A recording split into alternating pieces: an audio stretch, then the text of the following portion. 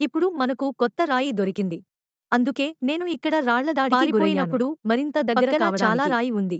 దారిలో స్టోన్స్ దగ్గర మీ పక్కనే ఈ రాయి ఉంది. సమీపంలో ఏ రాయి ఉన్నా ఒక లైన్ ఉంచండి. అది ఇప్పుడు ఒక రాయి. మీరు కొత్త రిక్రూట్మెంట్ పొందాలి. మీకు కొత్తేమీ కాదు. ఇలా చేయాలనుకుంటే ఈ బాణం గుర్తులోకి వెళ్ళండి. స్టోన్ కు ఇస్తే పొజిషన్ నంబరు ఇక్కడే వస్తుంది. ఇందులో మీకు ఏవైనా మార్పులు ఉన్నాయి. మీరు దీన్ని చేయాలనుకుంటే మీరు దీన్ని చేయవచ్చు. 078 ఏమిటి విషయం? మార్చడానికి నాకు ఏదైనా ఇవ్వండి.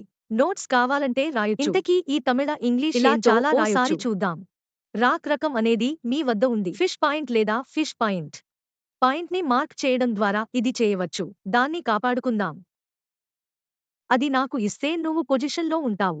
అలా రాయి వస్తుంది. ఇప్పుడు అలాంటి ప్రదేశం ఒకటి ఉంది.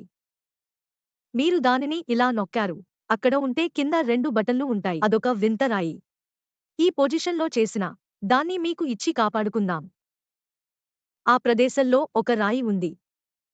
ఇది ఇలాంటి వింతైన రాయి. ఇప్పుడు ఒక రాయి తయారు చేద్దాం. ఇది మీకు తప్పు. ఇప్పుడు ఈ రాయి ఇక్కడ ఉండదు. అలాగైతే నాకు ఇవ్వు. ఎస్ ఇస్తే సరిపోతుంది. దాని నుంచి తుడిచిపెట్టుకుపోతుందని. ఒక రాయిని తొలగించడం ఈ రాళ్లలో ఒకటి. ఇప్పుడు మరో రాయి ఉంది. ఈ సంఖ్య పొజిషన్ నెంబరు తప్పు.